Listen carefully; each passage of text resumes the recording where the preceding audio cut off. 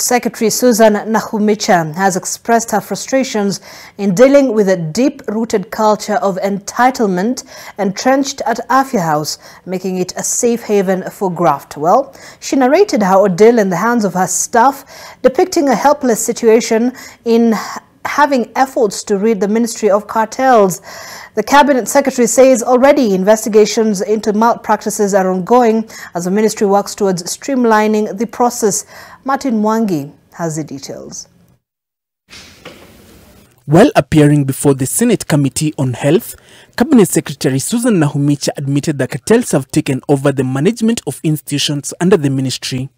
I have seen it with first hand at the ministry, that there is a culture of entitlement, that even as a minister, if I move a broom from one location to the other, there will be questions from here to Timbuktu why I have done that decision. It is because of the resistance at the ministry.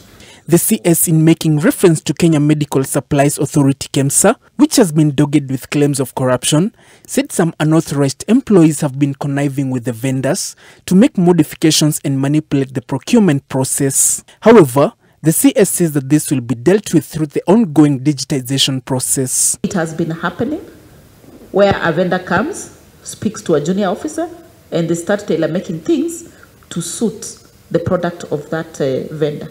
So that is not going to happen moving forward. The CS says that the ministry has put in place measures to ensure only the required products are procured. We have finalized the list of the essential medicine list, and we are now working on the commodity list so that we know at a national level these are the items that are required.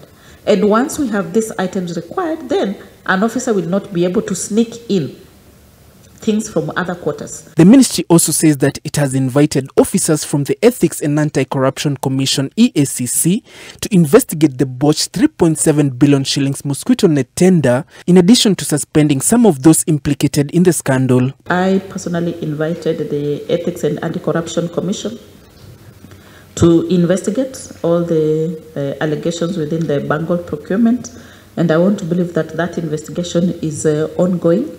I should be able to share a report once we receive it. However, despite the changes, including the reorganization of the board at the Medical Supplies Agency, the CS wants that it is not going to be an easy process, as she has already experienced the resistance herself.